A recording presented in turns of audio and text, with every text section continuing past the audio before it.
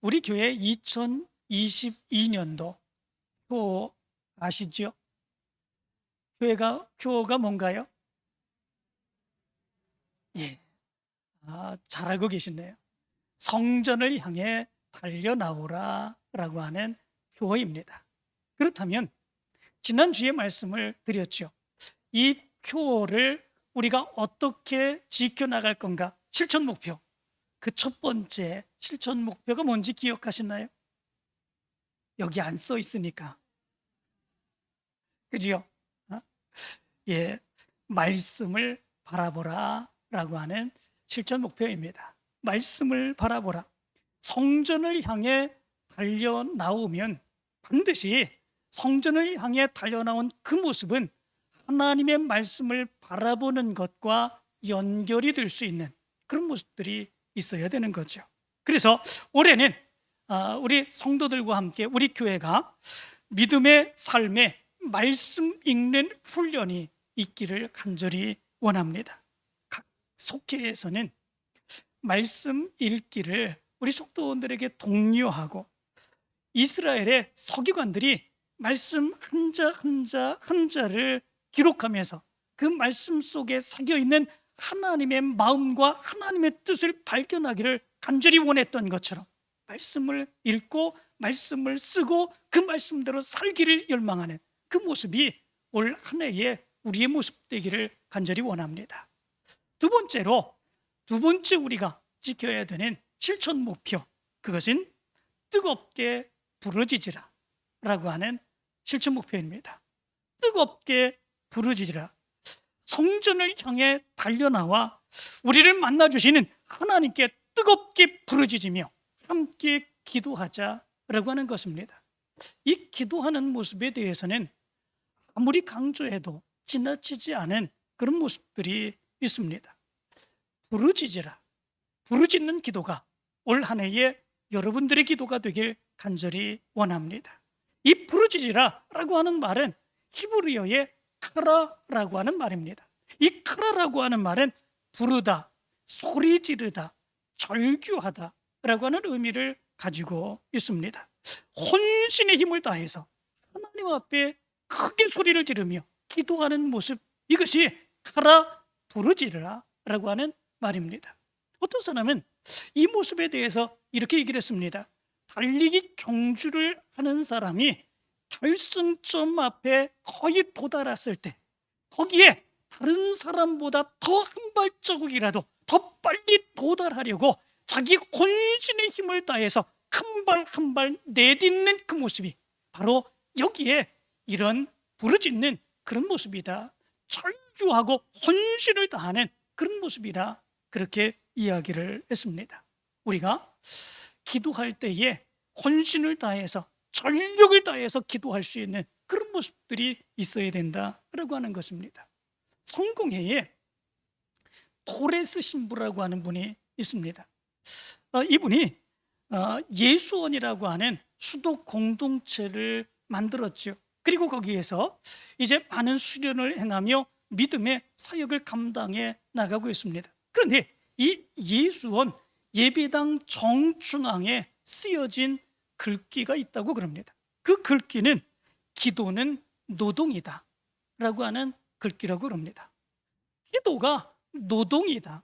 아니, 기도가 우리가 하나님을 향해서 간절히 부르짖고 우리의 마음을 하나님 앞에 토로하고 이 모습이 우리가 기도처럼 생각을 했는데, 그런데 기도는 노동이다 이렇게 거기에 써놨다라고 하는 겁니다.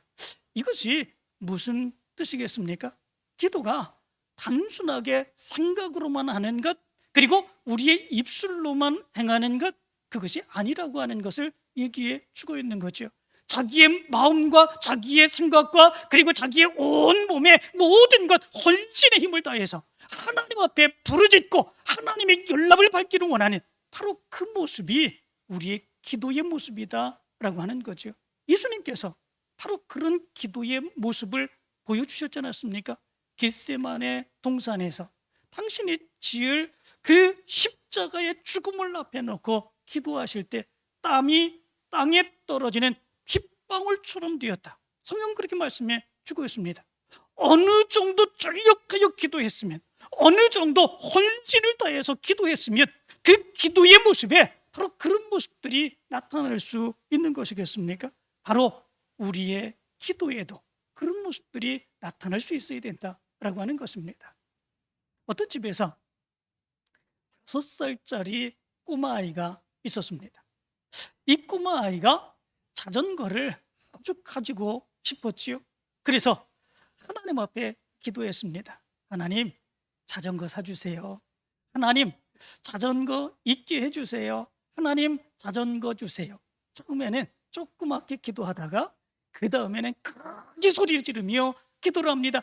하나님, 자전거 사주세요. 하나님, 자전거 사주세요. 커다랗게 기도합니다. 그러자 그 옆에 있던 엄마가 이렇게 얘기하지요. 얘야, 하나님은 귀먹은 분이 아니란다. 하나님은 작게 소리를 내도 다 들으시는 분이야. 그렇게 얘기를 합니다. 그러자 이 아이가 이렇게 대답합니다. 알아요, 엄마. 이 기도는 아빠와 하나님이 동시에 들으라고 하는 소리예요. 그렇게 얘기를 했다고 그럽니다. 기도가 뭔지 아는 거죠. 그지요? 그렇게 해야 듣는 거죠. 그렇게 해야 마음이 열리는 거죠. 누구의 마음이? 아빠의 마음. 우리의 기도의 모습이 그 모습이 있어야 되죠. 우리의 기도가 하나님께 응답받기를 간절히 원하면 정말 하나님 앞에 어떻게 기도해야 되는지, 어떻게 하나님 앞에 나가야 되는지 우리 분명히 알 수 있어야 되는 거 아니겠습니까? 이 어린 아이의 마음처럼. 어떤 사람은 이렇게 얘기를 했습니다. 이미 죽은 물고기는 물이 필요하지 않듯이 이미 죽은 영은 기도를 필요로 하지 않으며 기도의 응답도 필요가 없습니다. 이렇게 얘기를 했습니다. 이미 죽은 영혼은 기도할 필요가 없습니다. 응답받을 필요도 없습니다. 이미 죽었기 때문에 그렇습니다. 그러나 살아있는 물고기는 물이 없으면 죽습니다. 물이 필요합니다. 물을 달라고 해야 됩니다. 그렇기 때문에 그는 혼신의 힘을 당해서 땅에서 뛰어오르는 그런 모습들이 있지 않습니까? 바로 우리가 성전을 향해 달려나와서 하나님 앞에 기도하는 기도의 모습이 바로 이런 기도의 모습이 되어야 된다라고 하는 것입니다. 부르짖으며 기도하는 하나가 되기를 원합니다. 뜨겁게 부르짖으며 헌신을 다해서 전력을 다해서 기도하여서 하나님의 놀라운 역사를 이루는 올 한 해가 되기를 간절히 축원합니다.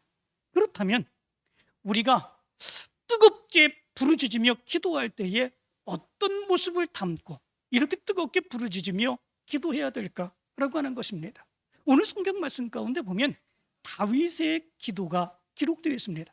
이 다윗의 기도의 모습을 보면 다윗이 뜨겁게 부르짖는 그 기도의 모습을 가질 때에 어떤 모습으로 그렇게 뜨겁게 기도했는가라고 하는 것을 알 수 있게 됩니다. 먼저 어떤 형편에서든지 우리가 먼저 기도할 수 있어야 된다라고 하는 것을 여기서 얘기해 주고 있습니다.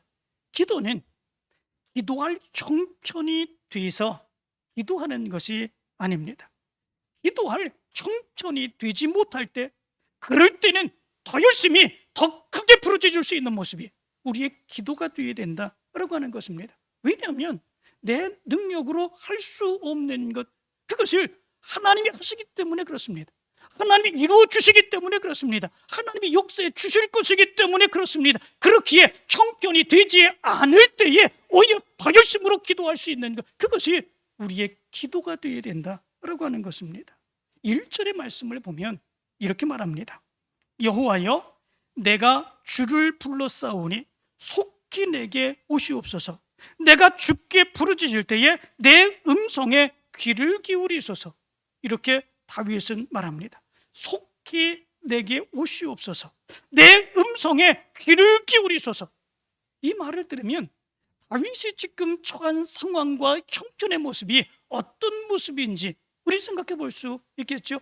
어떤 상황입니까? 정말 긴급한 그런 상황 아닙니까? 속히 내게 오시옵소서. 내 음성에 귀를 기울이소서. 무엇 때문에 그렇습니까? 이 사울이 끊임없이 다윗을 죽이려고 쫓아오는 그런 상황들, 조금만 잘못되면 이제 포로가 되어서 죽을 수밖에 없는 그런 상황입니다. 그런 상황이 절박한 그런 상황이죠.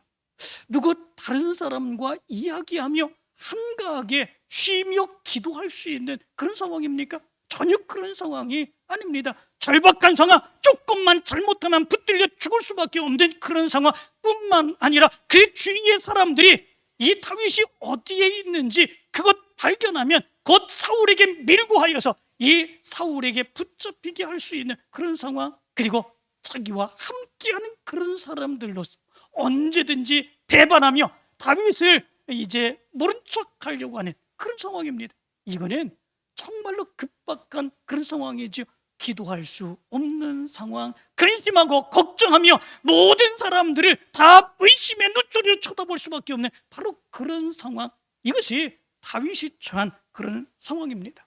이런 상황에 처하면 일반적인 사람들은 어떻습니까? 정신이 혼미해지는 그런 모습들이 있습니다. 무엇을 해야 되는지, 어떻게 해야 되는지, 무엇을 어떻게 해서 이 난관을 이제 이겨나갈 수 있는지, 그런 것들이 전혀 판단이 되지 않을 수 있는 그런 상황의 모습이 다윗이 처한 그런 상황이다라고 하는 것입니다. 그런데 그런 상황 가운데서 다윗이 가장 먼저 행한 것이 있습니다. 그것이 무엇입니까? 하나님 앞에 무릎 꿇고 하나님 앞에 부르짖으며 기도한 것입니다. 하나님, 속히 임하셔서, 속히 내게 임하셔서 나의 기도를 들어주시기를 원합니다. 하나님, 내 음성을 들어주시기를 원합니다. 전혀 기도할 수 없는 그런 상황인데, 그런 상황 가운데서도 무릎 꿇고 먼저 하나님께 부르짖는 다윗의 모습이 여기에 기록되어 있는 것을 보게 됩니다. 이런 상황 같으면 많은 사람들은 기도하는 것을 잊어버립니다.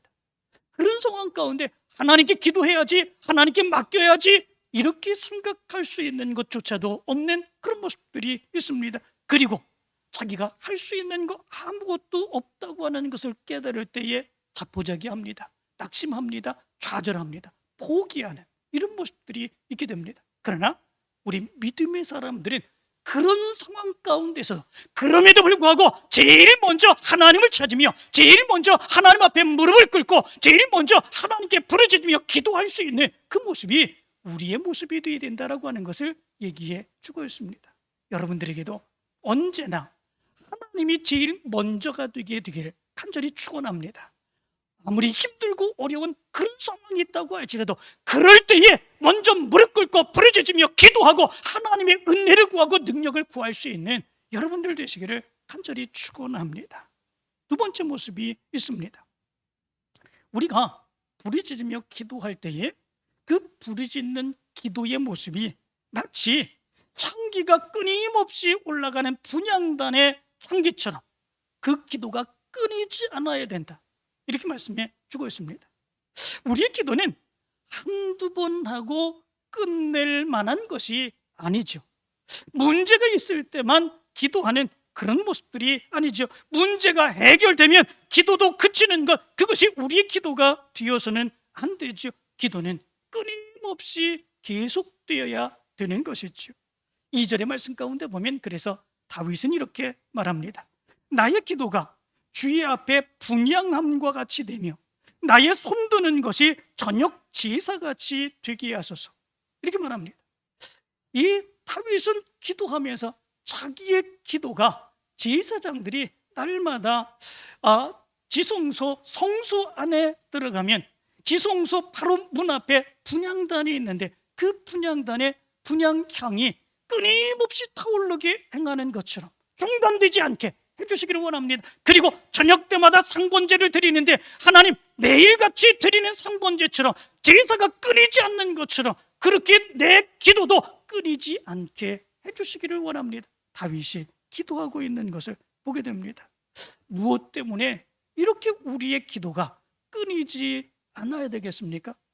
우리의 기도가, 우리의 문제가 해결되는 그런 모습들이 있는데 그럼에도 불구하고 우리가 기도가 중단되지 아니하고 끊임없이 계속해서 우리의 기도를 행해야 되는 그 이유는 무엇이겠습니까? 그것은 우리의 모든 문제는 한 번 지나가면 그것으로 끝나는 것이 아니기 때문에 그렇습니다.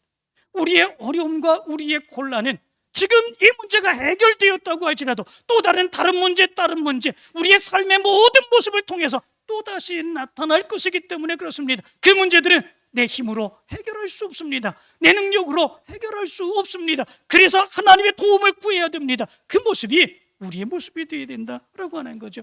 다윗도 그렇지 않았습니까?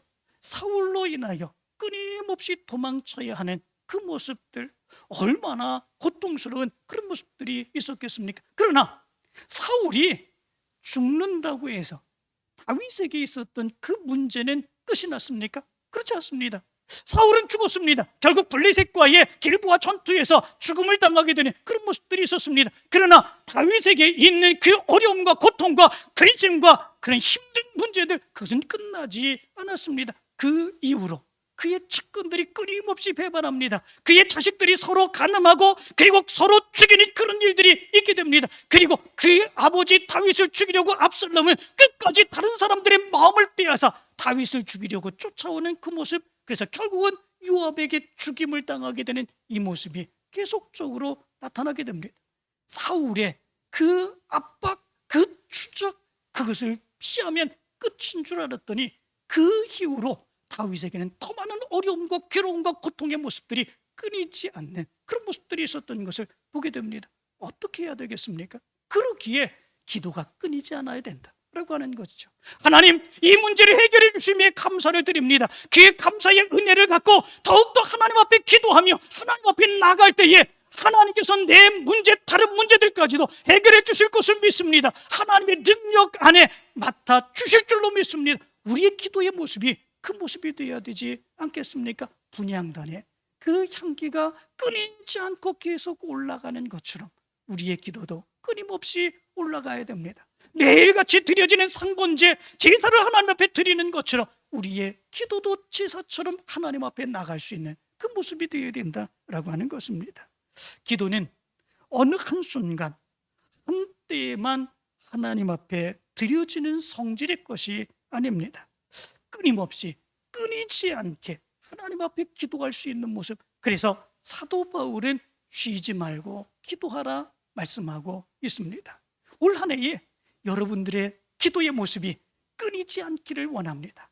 여러분들의 기도의 모습이 분향단의 분향처럼, 연기처럼 그렇게 하나님을 향해 올라가게 되기를 간절히 축원합니다. 세 번째 모습이 있습니다. 기도할 때에, 부르짖으며 기도할 때에 우리의 입술에 파수꾼을 세워달라고 간절히 기도할 수 있는 그 모습이 우리에게 있어야 된다라고 하는 것입니다. 기도하면서 입술로 범죄하는 우리의 범죄가 있지 않기를 위해서 기도해야 된다라고 하는 거죠. 3절의 말씀 가운데 보면 이렇게 말합니다. 여호와여, 내 입에 파수꾼을 세우시고 내 입술의 문을 지키소서. 이렇게 말합니다. 이 말이 무슨 말이겠습니까? 기도를 행하는 가운데도 우리가 죄를 지을 수 있다라고 하는 거죠. 참 이상하지 않습니까?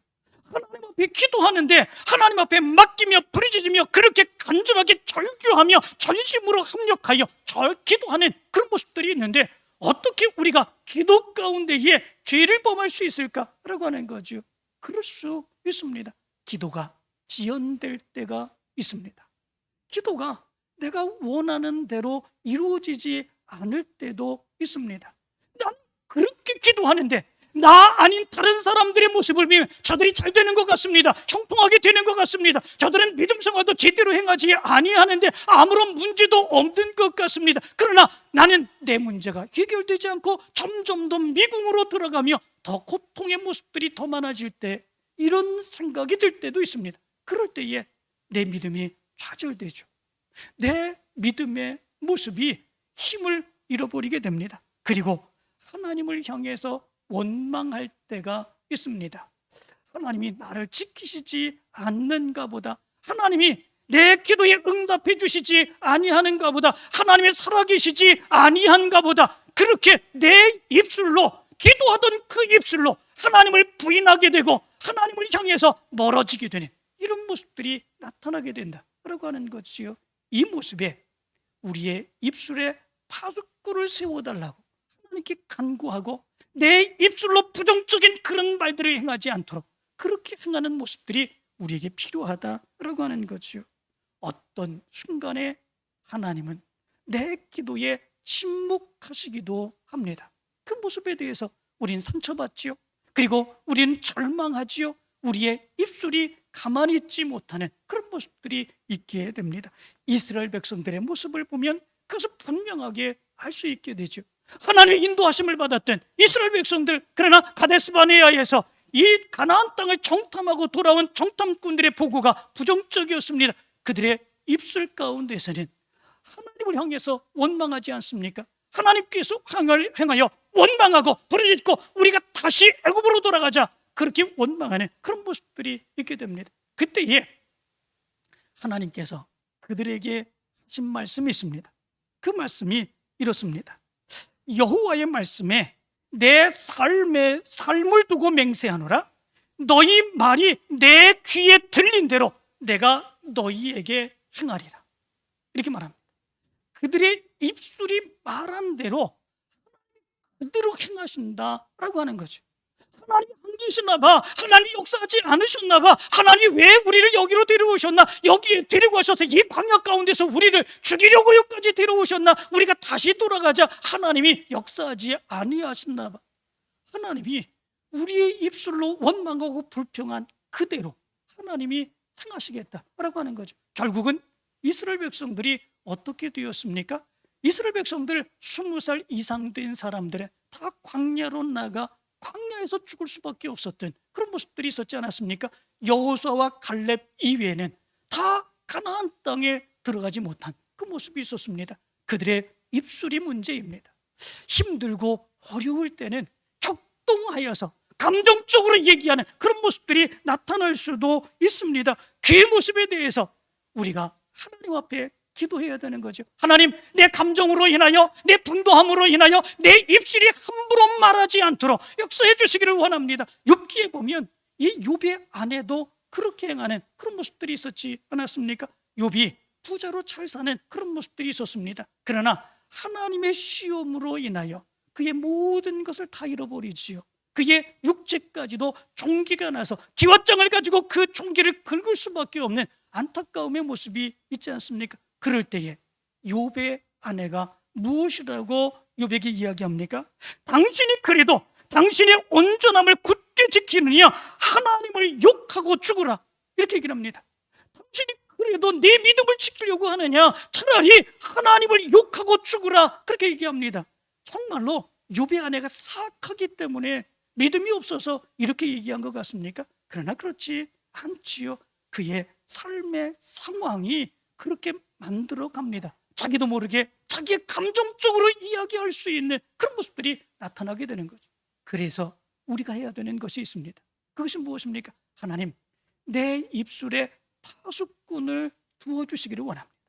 성령으로 하나님께서 내 입술에 파수꾼을 두시고 내 입술이 함부로 말하지 않도록 해주시기를 원합니다. 내가 말한 대로 행하지 아니하도록 역사해 주시기를 원합니다. 내 입술은 하나님만 향하게 하시고 하나님의 은혜만을 구하게 하시기를 원합니다. 우리가 부르짖는 기도에 이런 기도를 담을 수 있어야 된다라고 하는 것입니다. 여러분들에게 이 기도가 여러분들의 부르짖음의 기도가 되시기를 간절히 축원합니다. 네 번째 모습이 있습니다. 우리가 부르짖으며 기도할 때에 세상의 유혹에 현혹되지 말고 기도할 수 있어야 된다라고 하는 것입니다. 4절의 말씀 가운데 보면 이렇게 말합니다. 내 마음이 악한 일에 기울어 죄악을 행하는 자들과 함께 악을 행하지 말게 하시며 그들의 진수 성찬을 먹지 말게 하소서, 이렇게 말합니다. 이 이야기가 무슨 이야기입니까? 내가 하나님 앞에 간절히 기도합니다.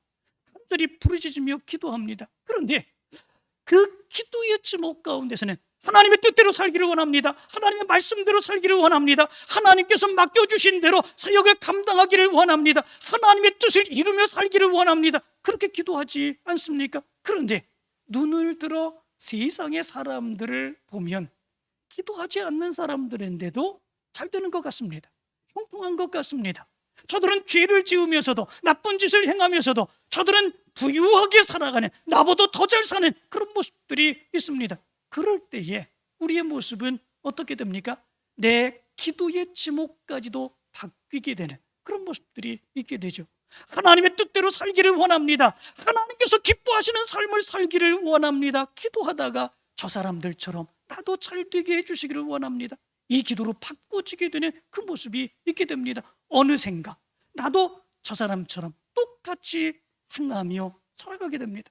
입술로는 기도를 하지만 내 삶의 모습은 세상의 삶을 따라가는 그 모습이 우리의 모습 가운데서 나타나게 된다라고 하는 거죠. 그래서 부르짖으며 기도하는 기도의 사람들이 바로 그렇게 되지 않기를 위하여 저들이 아무리 잘 되는 모습이 있다고 할지라도 저들 따라가지 않게 해주시기를 원합니다. 저들이 잘 되는 그 모습 가운데서 나도 저들처럼 행하지 않게 해주시기를 원합니다. 그것을 위해서 기도할 수 있는 모습이 우리 기도의 모습이 되어야 됨을 얘기해 주고 있습니다. 여러분들에게도 이 기도의 모습을 가지고 살아가기를 간절히 축원합니다. 우리의 기도는 하나님이 원하시는 기도입니다. 하나님께서 기뻐하시는 삶을 살기를 원하는 기도입니다. 그 믿음의 모습 분명하게 지키며 끝까지 부르짖으며 믿음의 모습으로 승리하게 되기를 원합니다. 마지막 5번째의 모습이 있습니다. 우리가 기도하며 뜨겁게 부르짖을 때에 때로는 사람들로 인하여 상처를 받을 때에도 그 기도를 포기하지 않아야 된다라고 하는 것입니다. 오늘 5절의 말씀 가운데 보면 이렇게 말합니다. 의인이 나를 칠지라도 은혜로 여기며 책망할지라도 머리에 기름같이 여겨서 내 머리가 이를 거절하지 아니할지라 그들의 재난 중에도 내가 항상 기도하리이다. 이렇게 말합니다. 여기 말씀 가운데 보면 의인이 나를 칠지라도 이렇게 말합니다. 의인은 어떤 사람입니까? 하나님을 믿는 사람입니다. 말씀대로 살기를 원하는 사람입니다. 그런데 그 사람이 이 다윗이 어려움 가운데 있을 때 뜨겁게 기도하는 가운데에 그를 친다 얘기해 주고 있습니다. 무엇 때문에 그렇습니까? 권면해 주는 거죠. 책망해 주는 거죠. 잘 되기를 원한다고 하는 거죠. 그런데 오히려 그게 그에게 더 상처가 되는 그런 모습들이 있다라고 하는 거죠. 우리가 기도할 때 그렇지 않습니까? 기도하는 사람들의 기도의 모습은 다 다릅니다. 어떤 사람은 조용하게 묵상하며 기도하기를 원합니다. 하나님이 귀가 먹으셨나? 조용하게 기도하는 기도의 소리도 하나님은 다 들으신다. 그렇게 생각하며 그렇게 마음으로 기도하는 사람이 있습니다. 그러나 그렇지 않고 어떤 사람은 뜨겁게 부르짖으며 혼신을 다해서 기도하는 그런 사람도 있습니다. 또한 어떤 사람은 손짓 발짓 다해가며 기도하는 그런 사람도 있습니다. 무엇 때문에 그렇습니까? 다 다양하게 자기의 마음을 하나님 앞에 드러내는 거죠. 자기의 마음으로 하나님 앞에 간절하게 기도하는 그런 모습들이 있는 거죠. 그런데 때로는 우리가 그렇게 기도할 때에 믿음의 사람들이 이렇게 저렇게 책망하기도 하고 때로는 권면하기도 하는 그런 모습들이 있습니다. 그런데 그게 나 잘 되라고 하는 그런 소리죠. 나 잘 되고 믿음으로 승리하라고 하는 그런 소리죠. 그런데 그게 그렇게 들리지 않을 때가 있다라고 하는 거죠. 내가 간절함을 안고 뜨겁게 기도하는데 이렇게 얘기하고 저렇게 얘기해. 그럼 내가 잘못됐다고 하는 것일까 생각하는 모습이 있고, 그리고 그 모습 안에서 상처받는 모습이 있게 됩니다. 바로 그 모습을 위해서 기도하는 거지요.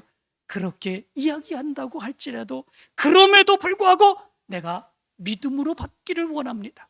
바로 이 모습이 우리의 모습이 되어야 된다라고 하는 거죠. 다윗은 그렇게 기도하고 있는 것을 보게 됩니다. 나한테 책망하고 나한테 권면하는 그 말씀조차도 내가 믿음으로 받기를 원합니다. 그래서 믿음으로 승리하기를 원합니다.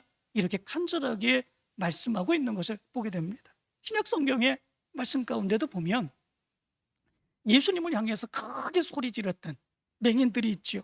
예수님이 지나간다고 하는 소리를 듣고 주여 우리를 불쌍히 여기소서 다윗의 자손이요 소리를 지릅니다. 그런데 무리들이 꾸짖어 잠잠하라 소리를 질렀다 말씀해 주고 있습니다. 이 맹인들은 이때가 아니면 예수님을 만날 기회가 없습니다.